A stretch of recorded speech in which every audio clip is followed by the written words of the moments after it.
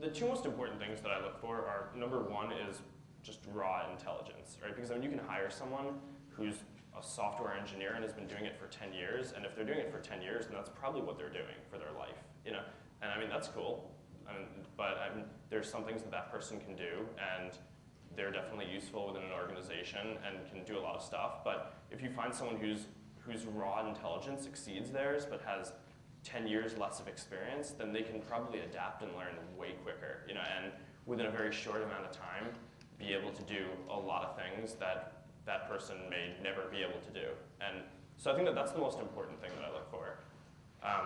And the second is just alignment with what we're trying to do. So I mean, people can be really smart or have skills that are directly applicable, but if they don't really believe in it, then they're not gonna really work hard, and they're not gonna, even if they're that smart guy who doesn't have the relevant experience, they're not gonna care enough to develop the relevant experience in order to succeed. So I mean, I think that the best people who I've hired so far have been people who didn't really have that much engineering experience. I mean, I hired a couple of electrical engineers out of Stanford to do programming stuff, and they had very little programming experience going in, but just really smart, really willing to